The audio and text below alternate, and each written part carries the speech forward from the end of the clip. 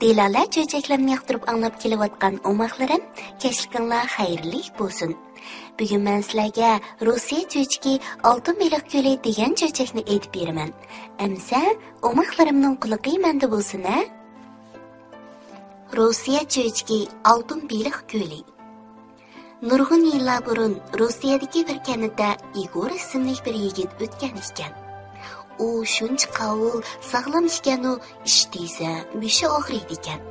Beshili emas, badanining hamma yeriga og'riq kirib ketadi ekan.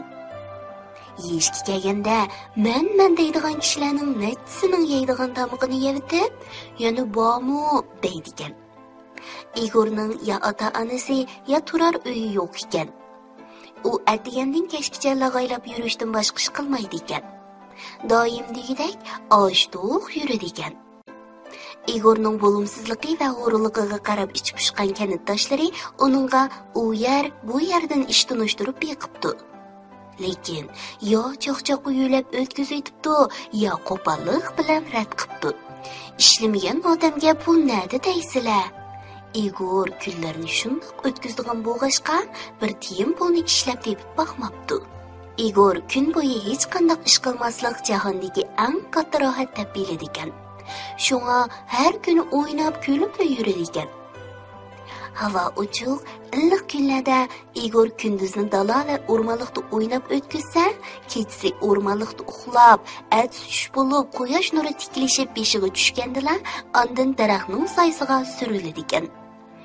Kursk oshganda yaqin atrofdagi etiz va xamallardan ancha-muncha bir nimalarni tepib Kurskni astarlaydi ekan. Shunga u ish o'rni yo'qligi tufayli osh qilishdan ham qilib ketmaydi ekan.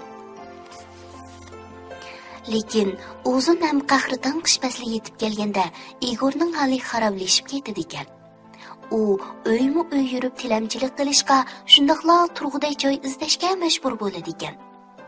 Ammo yosh ham soqtirib tilamchilik qiladigan, qo'nalg'u istaydiganlarga beradigan tomoq, yotadigan yotoq nada deysizlar? Kanitdoshlarim uningga ancha-muncha ich og'ritib beqibdi-yu, oxirgi berib "Ishla desak unimidan, hamda yozich o'ynag'ini qo'y" deb uylarining eshigini ochib bermaydigan bo'libdi. Bir yil qishdan havo bag'ri sovuq bo'lib ketibdi. Kun bo'yi to'xtamay vijildayotgan shivirg'anning ochiq sovuqi sungak-sungaklardan o'tib ketdi ekan. Usti-beshi yilin turar uy yo'q Igor toza qiynalibdi. U yan izdab, bu yan izdab yurib, to'limi tezda bir samolyotni tepibdi. Kun bo'yi yotqudek joy izdab qatirab g'aldan ketgan Igor samoning ichiga sho'ng'ib kiribdi-da, tezla uyquga ketibdi. Shu kechasi u nihoyatda shirin tush ko'ribdi. Shida butunlay oltoranglik beliqlarla yashaydigan bir kunni ko'ribdi. U ko'lning beshida o'ltirib ko'lga qarmoq tashlabdi-dek. U qarmoqqa ilingan beliqni ko'l yuziga tortib chiqargan chog'da beliq birdilla oltindan qo'yilgan beliqqa aylanib qoldi-dek. Atiganda Igor uyg'onib, buning bir tush ekanligini bilibdi. U shu kuni kechgacha samolyotda kech ko'rgan tushini o'ylab yetibdi. Shuningdan keyin Igor udan necha kecha faqat o'sha tushni ko'ribdi. U ko'l bo'yiga o'ltirib ko'lga qarmoq tashlagudek, qarmoqqa ilingan har bir beliq suvdan ayrilgan hamon oltindan yasalgan beliq aylanib qolgudek. Bu tushni ko'ravergachga Igor oltin beliq ko'li cho'qim bor. Bu ko'lni izlab topsam, choqqalib yeyib ketaman deb o'ylabdi. U baharning yetib kelishini to'rt ko'zi bilan kutibdi. Bahar kelib, havo ilg'an hamon oltin beliq ko'lini nadim bo'lsa-mu tepishga bel bog'labdi. Bahar kelibdi. Igor bir tal uzun daraxt shexini, inchki sho'yna va bir tal ilg'oqni tepib qarmoq yasabdi. Ondan kanidan chiqib, oltin beliq ko'lini topqilib yig'ibdi. Bir necha soat mongandan keyin bir ko'lning bo'yiga kelib qopdi. Qarasa, bu ko'l tushida ko'rgan ko'lga o'xshab turg'idek. Igor, bu cho'qim o'sh ko'l shu, deb o'ylabdi. Shuningdan boshlab Igor kanida lag'aylab yurmaydigan bo'ldi. U sahardala kanidan chiqib, bir necha soat yo'l yurib, eliqi ko'lning bo'yiga berib qarmoq tashlaydi ekan.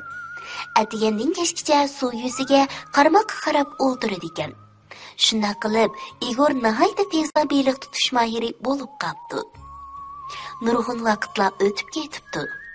Igor nurg'un beliq tutibdi. Ammo tushida ko'rgan heliqi beliqni zodala tutolmabdi. Ilgari bexam yuradigan Igor amni parishonlik ichida yashaydigan bo'lib qoldi. Kunlarning o'tishiga agishib, Igor o'zi beliq tutayotgan ko'lning oltin beliq ko'li ekanligini gumonlanib qoldi. U boshqa ko'lga yo'tkilib tarliyni sinab boqmoqchi bo'ldi. Bir kuni saharda u kanatga eng yaqin bir joydagi ko'lga beribdi. Shu kuni uning qarmoqiga xilma-xil beliqlar ilinibdi. Ammo oltin beliq yana ko'rinmabdi. Lekin Igor savirchilik bilan kutib o'tiraveribdi. Kun o'ldiray deb qolganda bir beliq qarmoqni tishlabdi. Beliq suv yuziga pultinglab chiqibdi. Shu asnoda quyoshning oxirgi nurlari beliqning ustiga tushgan ekan, u oltindek chaqnab ketibdi. Igor xushalligida ixtiyorsiz sakrab usul o'ynab yetibdi. Lekin u birdan tamponliqini yo'qotib ko'lga tushib ketibdi. Beliqmo qarmoqdan qutulib qochib ketibdi. Beliq qarmoq ilingan bir daqiqa vaqt ichidagi cheksiz xushallik Igorda cho'nqur ta'sir qoldiribdi. U bu xushallikning o'zining jaboliq ajridan kelganligini his qildi. Igor amni har kuni bu ko'lga kelib beliq tutadigan bo'ldi. Uning oltin beliq ko'lini topganlik xabari birdamla butun kanatga tarqalibdi. Yurtdoshlar ochliq va kundalik iste'mol buyumlarini u tutgan beliqlarga ayirishga boshlabdi. Shuning bilan Igorning qo'limi pul ko'radigan bo'ldi. Uning ustiga bu pul o'zining ajri bilan tepilg'ashqa, uningga to'limi qimmatli bilindigan bo'ldi. Igor hamon bir kuni oltindan yasalgan beliqni tuta oladiganligiga ishonadi ekan. Uning yurtdoshlari bilan bo'lgan savdosi uzilmay davomlashaveribdi. Shunday qilib, kanatdagilar doim yangi beliq yeyalaydigan Igormo ilgirki har qanday vaqtga boqqanda qo'rsqi to'q ham ruhliq yashaydigan bo'ldi. Igorning butunlay o'zgarganligi to'g'risidagi xabar Chor podshohning quloqiga yetibdi. Chor podshoh go'yo Igorning vujudidan o'zining ko'langisini ko'rgandek bo'libdi. Shuning bilan Igorning o'rniga kelib, o'ziga hamroh bo'lishga chaqirib kelish uchun bir xabarchini avatibdi. Igor, sen haqiqatan talaylikkansan, debdi xabarchi butun diqqati bilan suv yuziga qarab o'tirgan Igorga. Igor burilib qarash uyoq tutulsin, qimirlabmi qo'ymabdi. Xabarchi ovozini yuqori ko'taribdi. Sening rostalomiting keldi. Butkul Rossiyaning hukmroni ulug' Chor podshoh oliylarining sening bilan bak ko'rishkisi bor. Sen hech qancha jabo tortmayla katta inomlarga erisha oladigan bo'lding. Igor uning gapini anglab bo'lib, asta burilib uningga qarabdi. Birodar, debdi u beshini chayqagunicha. Agar burungi chog'lar bo'lgan bo'lsa, ehtimol men bu shafoatni qabul qilishim mumkin-di. Ammo hozir men unda qila olmayman. Bu ko'lda oltindan yasalgan son-sanoqsiz beliqlar mening qarmoq tashlashimni kutib turmoqda. Uning ustiga podshohga hamroh bo'lishni beliq tutgan chog'dagi rohatga qandoqmi selishtirg'ul bo'lsin. Xabarchi bu gapni zotli tushunolmabdi.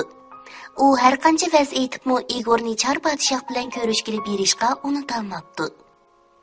Oxiri u ilojsiz qolgan qiyofatda beshini chayqab ketib qoldi. Shuningdan keyin Igor o'zining shirin tushining qo'ydili bo'libdi. Tushidagi yiliq oltin beliq go'zal istaklarni elib kelib, uningga faqat o'z amga qilib jaboliq tartibgandila, ondan haqiqiy xushallikqa erishgili bo'lganligini tanitibdi. Yiliq ko'lning aslida ismi yo'q ekan. Shuningdan keyin kishilar oltin beliq ko'li deb ataydigan bo'ldi. Oltin beliq ko'li haqidagi hikoya avloddan avlodga tarqalib, kishilar yoqtirib anglaydigan hikoya bo'lib qoldi. Kichik do'stlar, umoqlarim, beliq qarmoq ilingan bir daqiqa vaqt ichidagi cheksiz xushallik Igorda cho'nqur ta'sir qoldiribdi. U bu xushallikning o'zining jaboliq ajridan kelganligini his qildi, ha? Demak, biz qilgan ishimizda natija qozonganda intayin xushal bo'lib ketamiz.